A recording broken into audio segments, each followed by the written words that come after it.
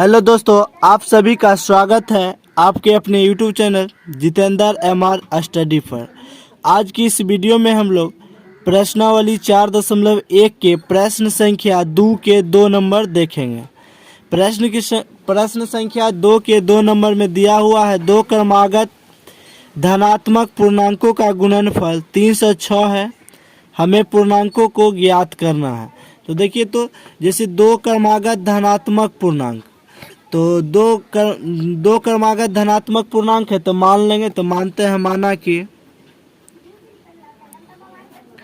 माना कि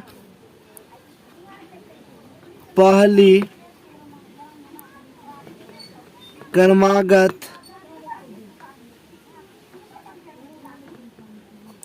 धनात्मक पूर्णांक बराबर मान लिए है x है। माना कि पहली क्रमागत धनात्मक पूर्णांक क्या है, x है। तो इसलिए दूसरी क्रमागत धनात्मक पूर्णांक बराबर x + 1। पहली को मान लिया, माना कि पहली क्रमागत धनात्मक पूर्णांक कितना x और दूसरी क्रमागत धनात्मक पूर्णांक कितना x + 1।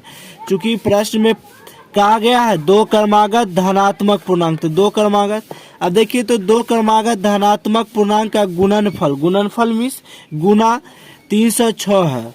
अब देखिए तो यहाँ लिखते हैं प्रश्न से अकॉर्डिंग टू क्वेश्चन, यानी प्रश्न से दोनों को गुणनफल, दो क्रमागत धनात्मक पूर्णांकों का क्या गुणनफल, तो दोनों का गुणनफल, तो x यानी पहली क्रमागत धनात्मक पूर्णांक इंटू दूसरी क्रमागत धनात्मक पूर्णांक, और दोनों का गुणनफल कितना है 306, बराबर में कितना हो जाएगा 306 हो जाएगा, बराबर में 306।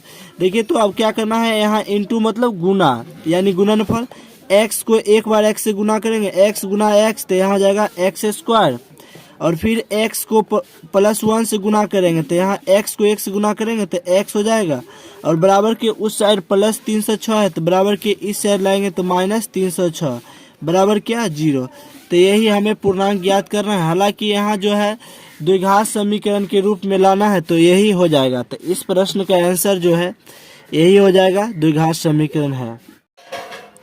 अब प्रश्न संख्या 2 का 3 नंबर देखिए, तो रोहन की माँ उससे 26 वर्ष बड़ी है, उनकी आयु वर्षों में है, का गुणनफल अब से 3 वर्ष पश्चात 360 हो जाएगी। हमें रोहन की वर्तमान आयु ज्ञात करनी है। तो मान लेंगे, माना कि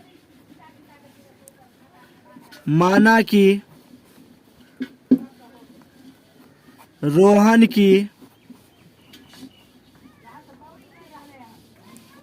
वर्तमान आयु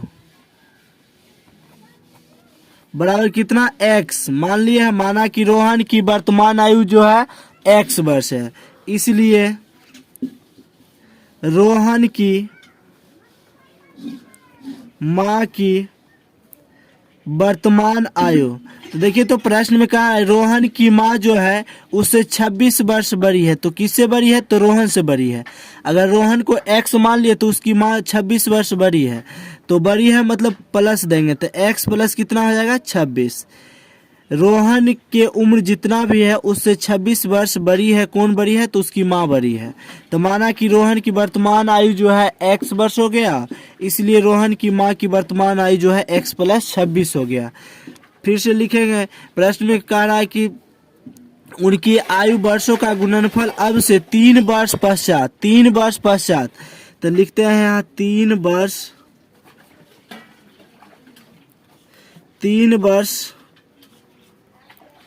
पश्चात रोहन की आयु, 3 वर्ष पश्चात का मतलब होता है बाद, यानी 3 वर्ष बाद रोहन की आयु। अभी वर्तमान में रोहन की आयु जो है x है, तो अभी x लिखेंगे, और पश्चात या बाद रहे तो आपको प्लस का चिन्ह देना है। पश्चात या बाद का मतलब होता है प्लस। अभी उसका x वर्ष है, उसके बाद पश्चात का तो प्लस दिया, कितना वर्ष बाद, तो 3 वर्ष बाद, तो यहाँ हो जाएगा x + 3। जैसे कि मान लीजिए कि अभी आपका उम्र 10 वर्ष है, 3 वर्ष पश्चात या बाद कोई बोले तो 10 + 3 डेट इज 13, यानी जोड़ दिए 10 प्लस 3 को जोड़े तो 13। तो उसी प्रकार रोहन की वर्तमान आयु जो है x है, तो x लिख दिया, पश्चात बोला तो प्लस, पश्चात या बाद बोले तो प्लस, और कितना वर्ष बाद तो 3 वर्ष, तो 3 लिख दिए। फिर से लिखेंगे 3 वर्ष पश्चात रोहन की माँ की आयु। तो रोहन की माँ की आयु जो है अभी x प्लस 26 है, तो लिखेंगे x प्लस 26। अभी जो है रोहन की माँ की उम्र x प्लस 26 है, तो x प्लस 26। 3 वर्ष पश्चात, तो पश्चात का मतलब प्लस, पश्चात रहे या बाद रहे तो प्लस देना है, और पूर्व रहे तो माइनस देना है। तो यहाँ पश्चात है तो प्लस, और कितना वर्ष 3, तो यहाँ 3 देंगे। अब देखिए तो इसको जोड़ते हैं तो x हो गया, 26 प्लस 3 को जोड़ेंगे तो 26 और 3 को जोड़ते हैं तो 29 हो गया, यानी 3 वर्ष पश्चात रोहन की आयु x प्लस 3 हो गया, और 3 वर्ष पश्चात रोहन की माँ की उम्र जो है x प्लस 29 हो गया। अब देखिए तो प्रश्न में कहा 3 वर्ष पश्चात 360 हो जाएगी गुणनफल, ये दोनों का गुणनफल जो है 360। तो लिखते हैं प्रश्न से रोहन की 3 वर्ष पश्चात रोहन की आयु कितना है x प्लस 3, तो x प्लस 3 लिखेंगे, ब्रैकेट देंगे। उसके बाद उसकी माँ का उम्र लिखते हैं 3 वर्ष पश्चात, तो 3 वर्ष पश्चात उसकी माँ की उम्र है x प्लस 29, तो x प्लस 29, और दोनों का गुणनफल प्रश्न में कह रहा है उनकी आयु वर्षों का गुणनफल अब से 3 वर्ष पश्चात 360 हो जाएगी। गुणनफल तो इनटू, यानी दोनों ब्रैकेट है, बीच में नहीं कुछ चिन्ह, तो गुना का कितना हो जाता है 360, तो यहाँ लिखेंगे 360। आप जानते हैं एक बार इसको पकड़ के इससे गुना करना है, एक बार इसको पकड़ के इससे गुना करना है, फिर एक बार इसको पकड़ के इससे गुना करना है, फिर एक बार पकड़ के इसको इससे गुना करना है। तो x को x से करेंगे तो यहाँ हो जाएगा x स्क्वायर, फिर x को 29 से गुना करेंगे तो प्लस है, तो प्लस 29x हो जाएगा, फिर प्लस 3 को प्लस x से गुना करेंगे, 3 को x से गुना किए तो प्लस 3x हो जाएगा, और 3 को 29 से गुना करेंगे तो देखिए तो नतिया 27 के साथ हो जाएगा, हाथ में कितना 2, 3 दूनी 6, 6 2 8, यानी 87, यानी प्लस 87 हो जाएगा। 3 को 29 से गुना करेंगे तो 87 हो जाएगा, और बराबर में कितना 360। अब देखिए तो यहाँ x square plus 29x, 3x को जोड़ते हैं तो ये हो जाता है 32x।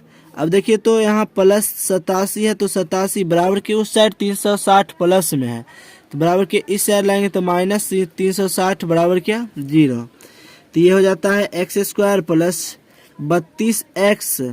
और देखिए तो छोटी संख्या में से जो है, छोटी संख्या में से बड़ी संख्या घट रही है, बड़ी संख्या माइनस है तो माइनस लिखेंगे, और 360 में से 87 को घटाइए तो देखिए तो यहाँ 0 है, 0 में 7 नहीं घटेगा, पैंचा लेंगे तो यहाँ 10, 10 में 7 घटा तो कितना हो गया 3 हो गया, यहाँ बचा कितना 5, 5 में से 8 नहीं घटेगा, बगल वाले से पैंचा लिए 15, 15 में से 8 घटा कितना 7 हो गया, यहाँ बच गया 2, तो यहाँ लिखेंगे 2, यानी 360 में से 87 को घटाते हैं तो 273 हो जाएगा, बराबर में कितना 0। तो यही हम लोग को अभी रोहन की वर्तमान आयु प्रश्न संख्या 2 में कहा गया है कि द्विघात समीकरण के रूप में लिखना है, तो यही द्विघात समीकरण का रूप का आ गया। अब देखिए तो प्रश्न संख्या 2 का 4 नंबर, एक रेलगाड़ी 480 किलोमीटर की दूरी समान चाल से तय करती है, यदि इसकी चाल 8 किलोमीटर प्रति घंटा कम होती तो उसी दूरी को तय करने में 3 घंटे अधिक समय लेती। हमें रेलगाड़ी की चाल ज्ञात करनी है, तो मान लेते हैं, देखिए तो मानते हैं, माना कि रेलगाड़ी की समान चाल बराबर x किलोमीटर प्रति घंटा। मान लिया माना कि रेलगाड़ी की समान चाल जो है x किलोमीटर प्रति घंटा, यानी 1 घंटा में x किलोमीटर की यात्रा करती है रेलगाड़ी। तो देखिए तो आप जानते हैं समय बराबर सूत्र होता है, समय बराबर दूरी बटा चाल, सूत्र होता है समय बराबर दूरी बटा चाल। तो देखिए इसी सूत्र पर हम लोग अभी प्रश्न को हल करते हैं। जैसे इसमें दो कंडीशन दिया हुआ है, एक बार जाना है एक बार आना है, तो क्या करना है, पहले स्थिति फर्स्ट लिखते हैं। स्थिति फर्स्ट के अनुसार, स्थिति फर्स्ट यानी समय बराबर क्या हो जाएगा, तो दूरी देखिए तो कितना है, एक रेलगाड़ी 480 किलोमीटर की दूरी समान चाल से तय करती है। समान चाल से कितना दूरी, कितना है 480 किलोमीटर। तो लिखेंगे 480 किलोमीटर, 480 ऊपर लिख दिए चाल। तो चाल क्या है, रेलगाड़ी की समान चाल क्या माने है, x। तो x को लिखेंगे नीचे, यानी दूरी बटा चाल। तो दूरी तो हो गया 480, चाल कितना है x, चूंकि समान चाल, तो समान चाल का निकाल लिए, यानी स्थिति फर्स्ट निकल गया, समय बराबर 480 बटा x। अब देखिए तो स्थिति सेकंड, स्थिति सेकंड के अनुसार समय बराबर क्या हो जाएगा, सूत्र तो वही रहेगा, दूरी बटा चाल। दूरी भी चेंज नहीं हो रहा है। जैसे मान लीजिए कि इधर से हम 480 किलोमीटर गए जो भी स्पीड से, उधर से आ रहे हैं तो थोड़ा सोचते हैं आराम से पहुंचे, तो 8 किलोमीटर प्रति घंटा कम कर दिया गया है। दूरी उतना ही है, तो दूरी कितना हो जाएगा 480, और दूरी कितना है 480 हो गया बटा चाल। चाल जो है पहले कितना x था, पहले जो है x के चाल से गए थे समान चाल से, लेकिन क्या हुआ जो 8 किलोमीटर प्रति घंटा घटा दिए हैं, 8 किलोमीटर प्रति घंटा की चाल घटा दिए हैं, कम मतलब माइनस लगाना है। तो माइनस कितना किलोमीटर प्रति घंटा, तो 8। तो लिख दिए 480 बटा x माइनस 8। जाने में 480 बटा x और आने में 480 बटा x माइनस 8। अब देखिए तो प्रश्न से लिखते हैं, प्रश्न से अकॉर्डिंग टू क्वेश्चन दोनों को क्या करते हैं। उसके बाद कह रहा है कि एक रेलगाड़ी 480 किलोमीटर की दूरी समान चाल से तय करती है। यदि इसकी चाल 8 किलोमीटर प्रति घंटा कम होती तो उसी दूरी को तय करने में 3 घंटा अधिक समय। जैसे ही 8 किलोमीटर प्रति घंटा समान चाल से कम किया कि 3 घंटा अधिक समय लग गया। तो क्या कीजिए 480 बटा x माइनस 8।